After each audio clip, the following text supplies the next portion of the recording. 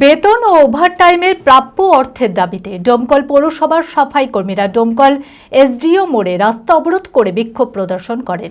অবরোধের জেরে কিছু সময়ের জন্য ওই এলাকায় যান চলাচল ব্যাহত হয়। খবর পেয়ে ডোমকল থানার পুলিশ ঘটনাস্থলে পৌঁছে বিক্ষোভকারীদের সাথে কথা বলে পরিস্থিতি নিয়ন্ত্রণে আনে এবং পরে অবরোধ তুলে দেওয়া হয়। বিক্ষোভকারীরা জানিয়েছেন তাদের প্রাপ্য বকেয়া ও ওভারটাইম পারিশ্রমিক দ্রুত মিটিয়ে দিতে হবে, নইলে আরও বৃহত্তর আন্দোলনের পথে হাঁটবেন তারা। মানসিক স্বাস্থ্যের জন্য সবার আগে যে নামটি মনে ভেসে ওঠে, সুস্থ মনের ঠিকানা মনোবীক্ষণ। যোগাযোগ নাম্বার 7477799513।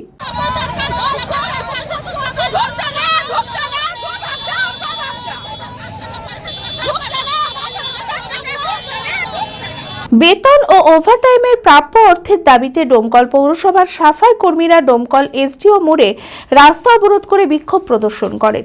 অভিযোগ, দীর্ঘদিন ধরে কাজ করলেও তারা ঠিকমতো পারিশ্রমিক পাচ্ছেন না, ফলে বাধ্য হয়ে তারা এদিন রাস্তায় নেমে প্রতিবাদে সামিল হন। অবরোধের জেরে কিছু সময়ের জন্য ওই এলাকায় যান চলাচল ব্যাহত হয়।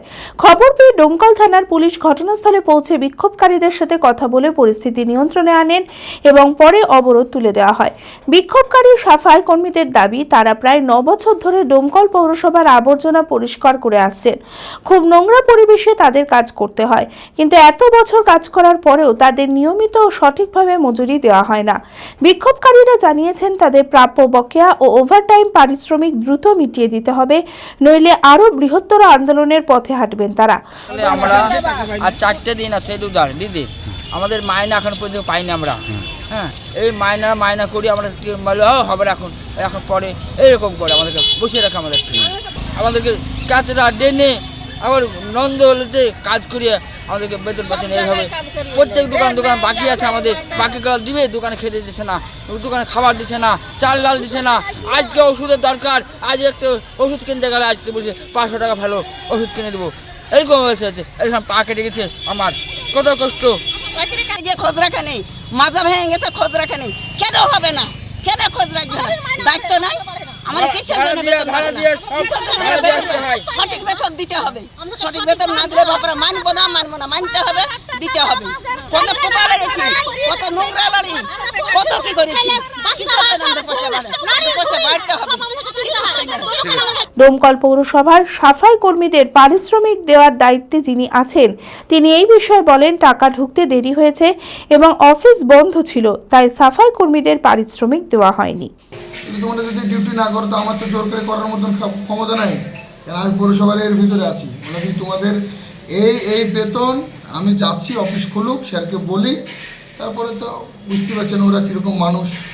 এবার আমি মহিলা, তারপরে এখানে আমি চাই কি তারা পয়সাটা পাক, কিন্তু তাদের কখনো বেতন আটকে থাকা যায় না, আর আটকে এরা রাখেও নি।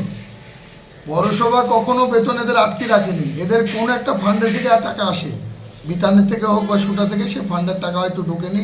তারপরে অফিস হোলির জন্য বন্ধ ছিল, সব অফিসারের ভিতরে তো নাই। আজকে 1st আওয়ার অফিস হবে, অফিসে স্যারকে জানিয়েছি। তারপরে ইতিমধ্যে আমার কাছে কালকে খবর আসলো কি যে আমাদের যে অ্যাডমিনিস্ট্রেটিভ সাহেব ছিল, যে এসডিও সাহেব, উনি তো বদলিয়ে গেল। তাহলে আমার বলার স্কোপটা কীভাবে থাকে? দেখি এখন অফিস যাব, অফিস গিয়ে আলোচনা করি।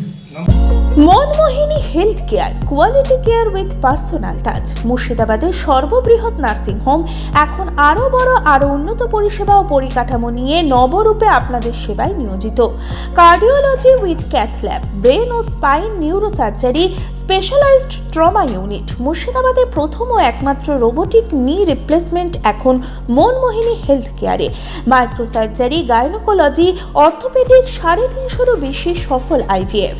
Manmohini health care, Kalikapur road, শিল্প তালুক, বহরমপুর, মুর্শিদাবাদ। মোবাইল 9732795000।